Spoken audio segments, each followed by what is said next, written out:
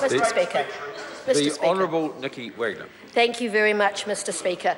I support this introduction of the Border Processing Arrivals and Departures Levy Bill simply because it will amend the Biosecurity Act in 1993 and the Customs and Excise Act 1996 and will put in place a border clearance levy for arriving and departing in passengers. And I would just like to assure the member, Reno Terakatini, that this money is only for cost recovery for border services, and the money will be paid into a trust account, ring-fenced only for border services. And I would also like to point out to the member, Reno Terakatini, that the JBMS is actually progressing very well, that increasing numbers of exporters are using it, that it is being well and truly supported by the industry, and that we have just recently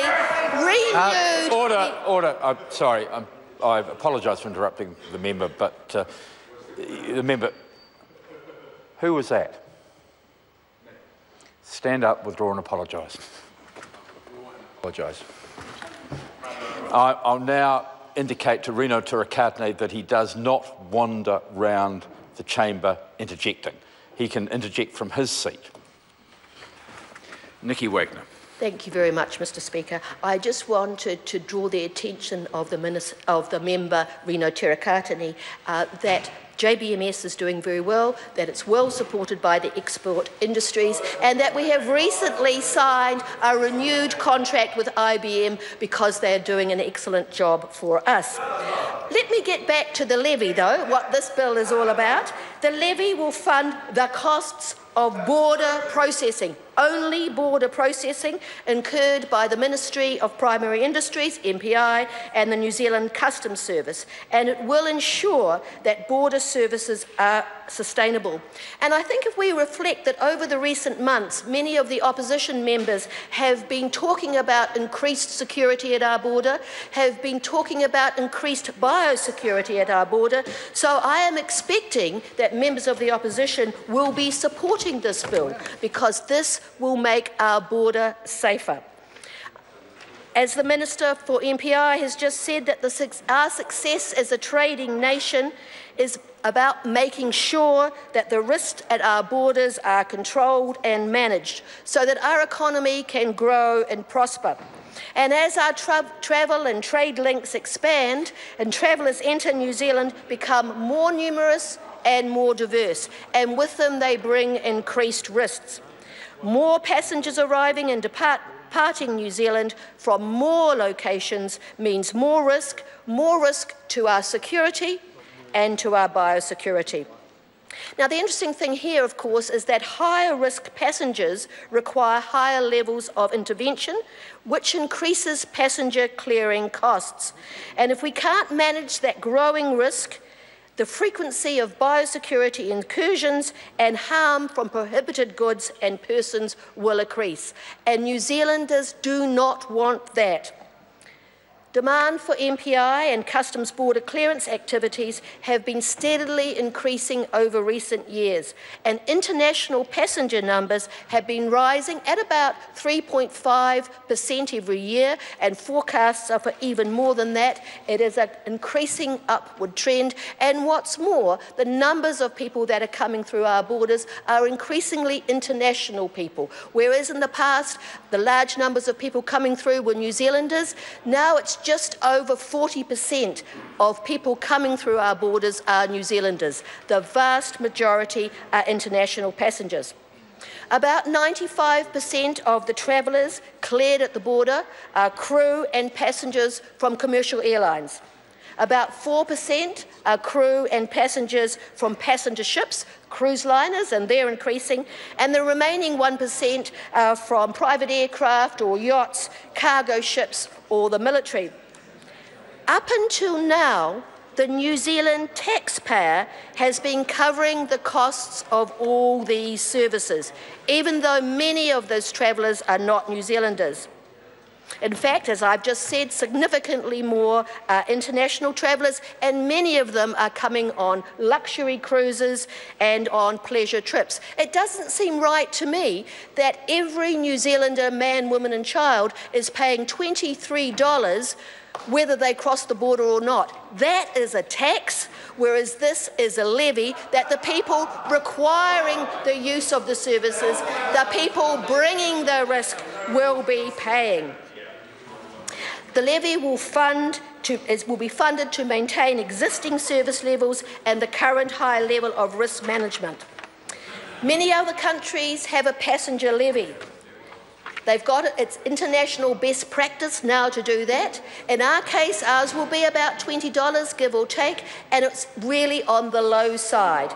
What we're seeing is that overseas countries have much more. Australia has $55 Australian or $58 New Zealand. The UK's long-haul fee is £71, about $150 New Zealand, and Canada and the US are similar. So this border processing arrival and departures levy bill makes important amendments, as we've said, to the Customs and Excise Act 1996 and the Biosecurity Act 1993. And the reason that we have to do that is that the Customs and Excise Act doesn't currently have a suitable provision to authorise a levy, and the Biosecurity Act only provides for general level-making provision. Amending these acts will make sure that we get a consistent approach to consultation, implementation and administration of the levy. Implementation and administration of the levy. The Border Processing Arrivals and Departures Levy Bill also includes provisions that allow orders in Council to be made for the levy's administration, including the rate of the levy, on the basis on which it's set, and how the levy is to be paid. The levy will take effect on the 1st of January 2016, and it will be applied to tickets purchased on or after that date.